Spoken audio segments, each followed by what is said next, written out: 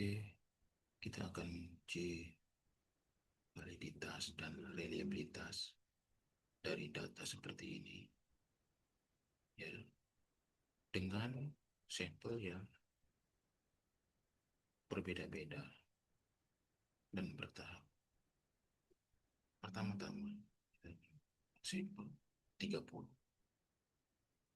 ya.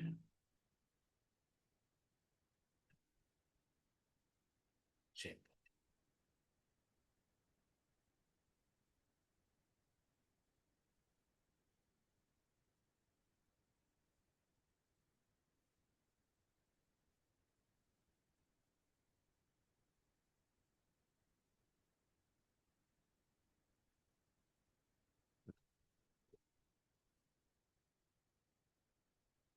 yang ke-30, kita tidak bisa berharap banyak terloadingnya akan bagus.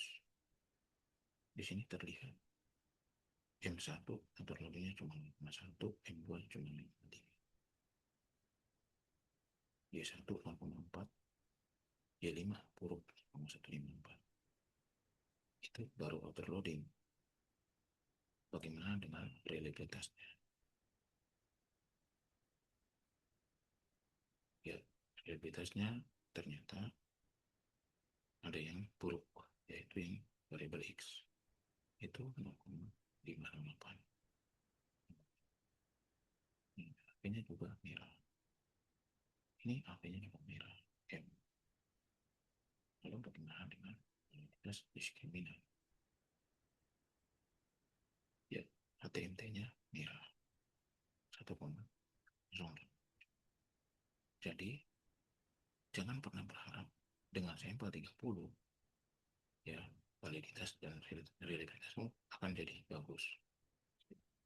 Itu kan sangat sulit. Sekarang kita naikkan menjadi 50.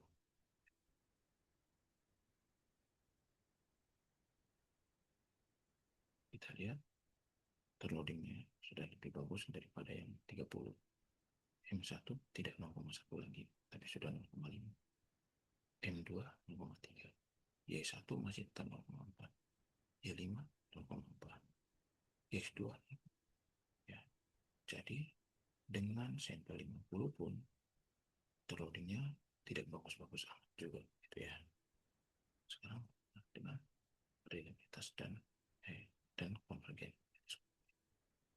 Ketika sampel 50, variable X kurang bakal-baknya masih jelek, AP-nya masih jelek. Untuk M itu AP-nya sudah di atas 5. Seperti itu. Bagaimana dengan kualitas diskriminan? Kualitas diskriminannya masih ada yang merah juga, sama seperti di sampel 30. Sekarang kita naikkan menjadi 70.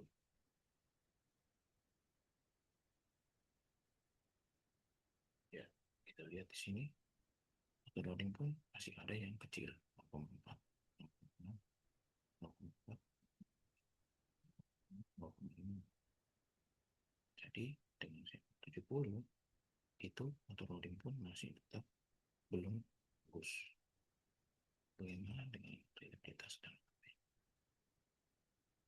ya, ternyata dengan 70 pun itu tidak membuat reliabilitas dan AP menjadi bagus. Kita lihat di sini X-nya masih tetap kelompoknya merah, AP-nya merah, Y, AP-nya merah. Bagaimana dengan diskriminan validitasnya? Masih tetap ada yang merah. Kemudian kita naikkan jadi 8.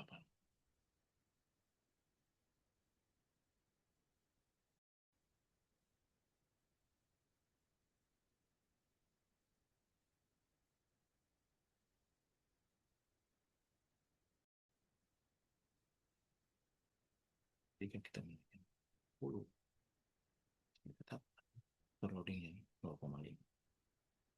Ya, ada yang 0,5.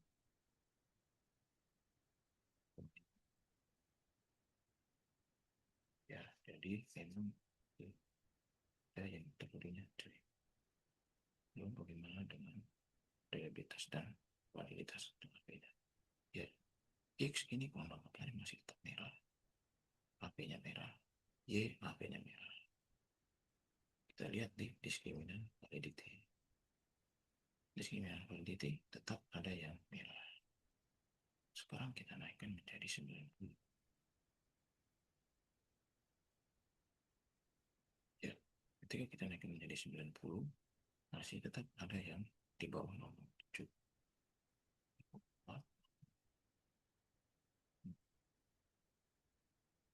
Ya, masih ada yang di bawah dengan realitas ternyata masih sama X-nya, HP-nya masih merah X dan Y. Bagaimana dengan diskriminasi?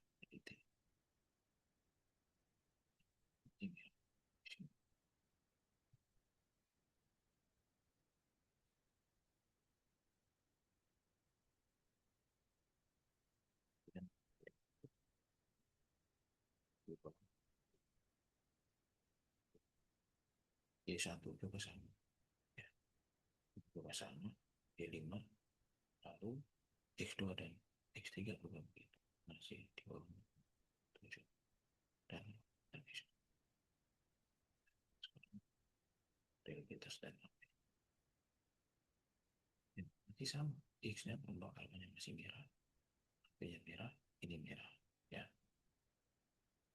Bagaimana dengan identitas diskriminannya?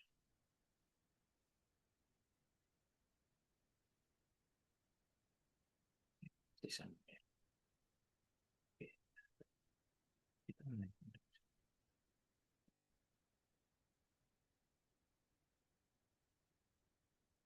apa yang terjadi ketika 180 yang M ini semua itemnya sudah di atas 50.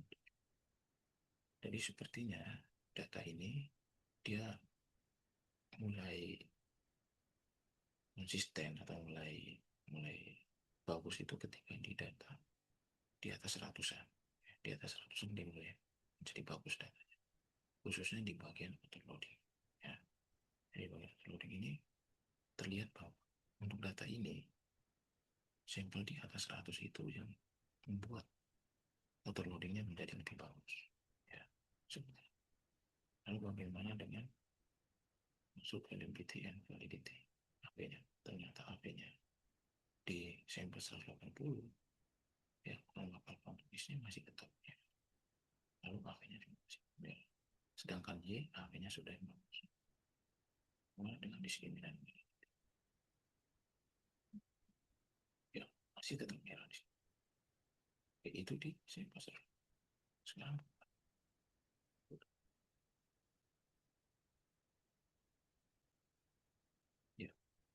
Jadi outputtingnya semakin bagus ya. Di atas 7 ya. Ada dua yang di bawah 7 yaitu Y1 dengan Y5. Lalu dengan variabilitas dan AP. Oke, variabel X itu perlokalnya masih tetap merah 0,95, tapi AP-nya sudah bagus. Lalu bagaimana dengan diskriminan validity? Ya, masih tetap merah ya. Jadi di sampel 200 pun data ini validitas diskriminannya masih tetap merah. Bagaimana kalau kita naikkan menjadi 300? Ya, jadi lebih bagus ya. Ya, sebagian besar sudah di atas 0,7. Ada satu yang di bawah 0,7 yaitu Y5. Lalu realitas dan AP-nya ya sekarang realitas dan AP-nya semuanya sudah bagus ketika di sampel 300 ya. Bagaimana dengan di sini